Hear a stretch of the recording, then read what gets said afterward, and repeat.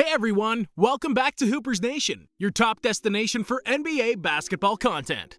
Despite being located in a small market, the Utah Jazz has been one of the most successful franchises in the NBA for the past couple of decades. Through a mix of work done by multiple key players, coaches, and executives, as well as with the spread and embodiment of an excellent culture, the Jazz has often found a way to remain in the playoff hunt. But since the days of John Stockton and Karl Malone, the team has never had a true contending squad that had a real chance at an NBA championship. But it looks as if things could be changing very soon. In this video, we'll take a look at how the Utah Jazz are absolutely dominating the NBA. But before we do, please make sure to leave a like on this video, subscribe to the channel, and turn on Hoopers Nation post notifications for more NBA content.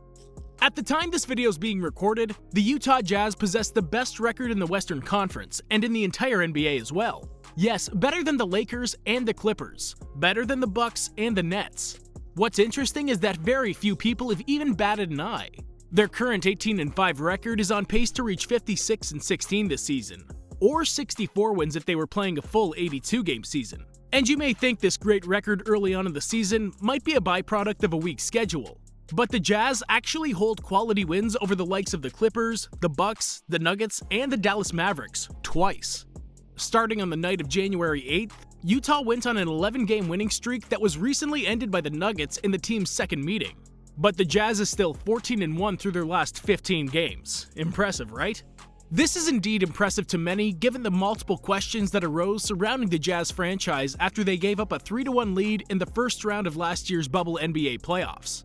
Donovan Mitchell looked like a superstar in the making, but could he become that player in Utah?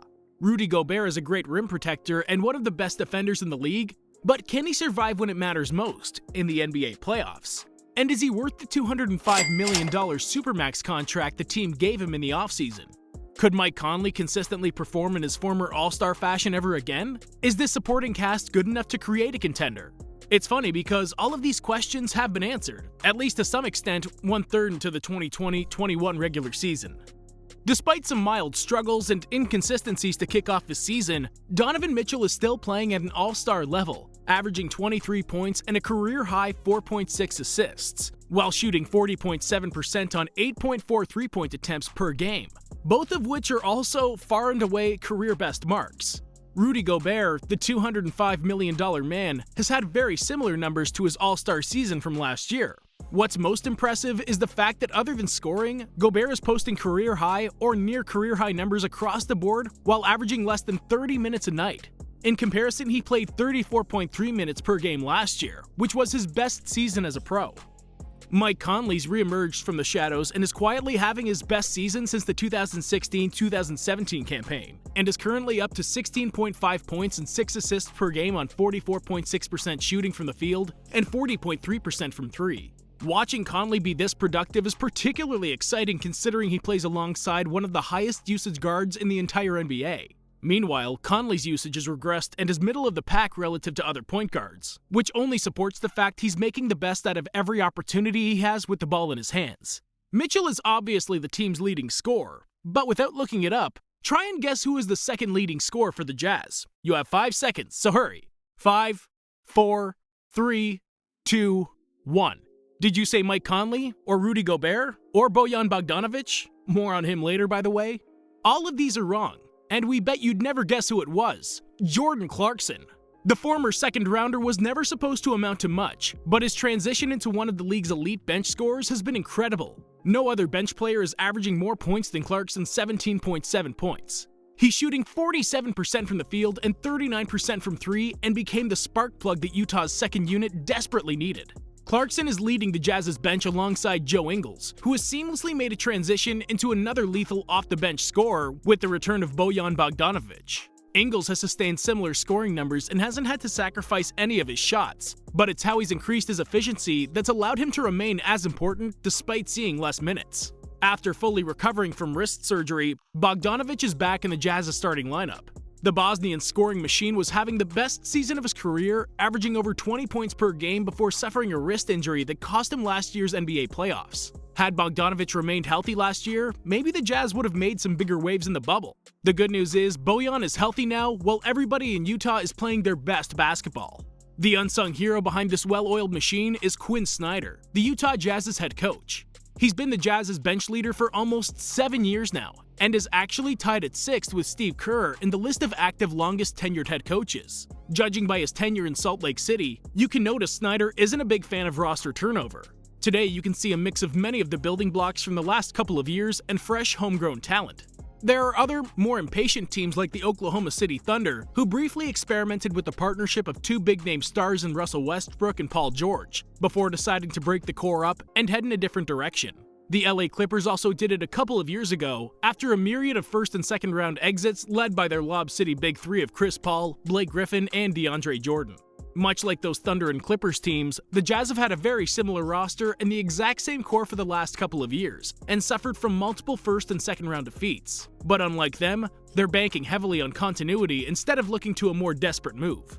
We're kind of moving past some of the critiques of small markets by having some continuity, Jazz Executive Vice President of Basketball Operations Dennis Lindsay said. Competition always tells us the truth. With that said, we're very confident with the group that we've put together. This past offseason, the team didn't make any changes. The only difference between the bubble Jazz roster and this year's is the return of Bojan Bogdanovic and the offseason addition of veteran Derek Favors, who had been the Jazz's starting power forward most of his career before getting traded to the Pelicans in the summer of 2019. Snyder and the team were very pleased with their offense from last season, which took a notable hit with the absence of Bogdanovic. But this season, Snyder wanted to focus on defense. They have the personnel to be a great defensive team, and we'll see a little bit later how the Jazz have performed in that department. Up to this point, they've been the best team in the NBA, and what stands out, both on the team stat lines and by watching them play, is their superb teamwork. You must have heard the saying, the whole is greater than the sum of its parts. And if there's a team that's personified this phrase to perfection, it's been the Jazz. Despite not having a single top 20 player in the NBA, Utah has had such good results because everybody has been playing their role. If you look closely, nobody on the team is evidently having the best season of their career. Donovan Mitchell, their on-court leader, is playing really good, nothing out of his mind or posting the best numbers of his career, but it's been more than enough because everybody else is playing really good as well. You probably managed to identify one common theme with the individual performances of the Jazz players we briefly broke down in this video. They've all been amazing from beyond the three-point arc. The Jazz have 6 players shooting 39% or better from 3, all of which are taking 4 or more three-point shots each game. This is translated into their league-leading 42.1 three-point attempts per game, which they're making at a 40.7% clip, the second best mark in the NBA. If we exclude garbage time and end-of-the-quarter heaves, Utah has a 41.3% accuracy mark from deep. They're hitting 43.8 of their wide-open threes, and it doesn't take a genius mathematician to figure out that, given 3 is greater than 2, you're gonna win more basketball games than you lose when you're taking and hitting as many threes as the Jazz. But on the other side of that equation is the excellent defense the team is also playing. They possess the NBA's second-best defensive rating, allowing only 106.7 points per 100 possessions. Anchored by arguably the best rim protector in the game today, the Jazz is also holding opponents to 44% shooting from the field, the second best mark in the league, shortly behind the New York Knicks, who've undergone an amazing transformation under new head coach Tom Thibodeau, but that's a story for another video. Going back to the Jazz's excellent defense, their limited fouling has also helped them prevent teams from getting to the free throw line consistently. Utah is only giving teams 18.2 free throw attempts per game, and they're also top 5 in blocks. You can see Rudy Gobert's footprints all over the place. And even though his numbers may not suggest he's worth $205 million, it should be clear by this point that his impact goes way beyond the stat sheet, and he's a true force on the defensive end when the rest of his team is engaged as well. After a 2-2 start to the season in December, the Jazz went 13-3 in January. These efforts resulted in the second Coach of the Month award in Quinn Snyder's career. Snyder led his team to a record-setting month, one in which the Jazz made the most threes in a calendar month in NBA history. Utah's 285 threes surpassed the previous record of 279, set by the Houston Rockets in December of 2016. Quinn Snyder is a very underrated coach, Dallas Mavericks head coach and president of the NBA's Coaches Association, Rick Carlisle, said. Quietly, he's built this team into a very cohesive group that's really at the top of the league in both offense and defense. Another very successful head coach in Steve Kerr said the Jazz have been really good for a long time, and that their continuity is apparent. Now the question is whether their continuity is strong enough to make them true contenders in the Western Conference. The Jazz look like playoff locks as of right now, but it'll be interesting to see how far up in the West standings the team is by the end of the season. They have the talent, maybe not as much as the other Western Conference powerhouses like the LA Lakers or the LA Clippers, but if they can keep playing elite offense and defense as they have thus far, it's not hard to envision Utah making a deep playoff run. Unless the Lakers and Clippers meet either in the first or second round, the Jazz will need to go through either one of them to take the next step in their development, the Western Conference Finals. They've fallen short for the last couple of seasons, but this just may be the year where Utah breaks out in the playoffs and surprises the entire NBA. Will the Jazz finish the season as the first seed? Are they good enough to make a deep playoff run and perhaps make the Western Conference Finals? Make sure to comment your thoughts down below, as well as leaving a like on the video and subscribing to the channel. Thanks for watching, and I'll see you in the next one.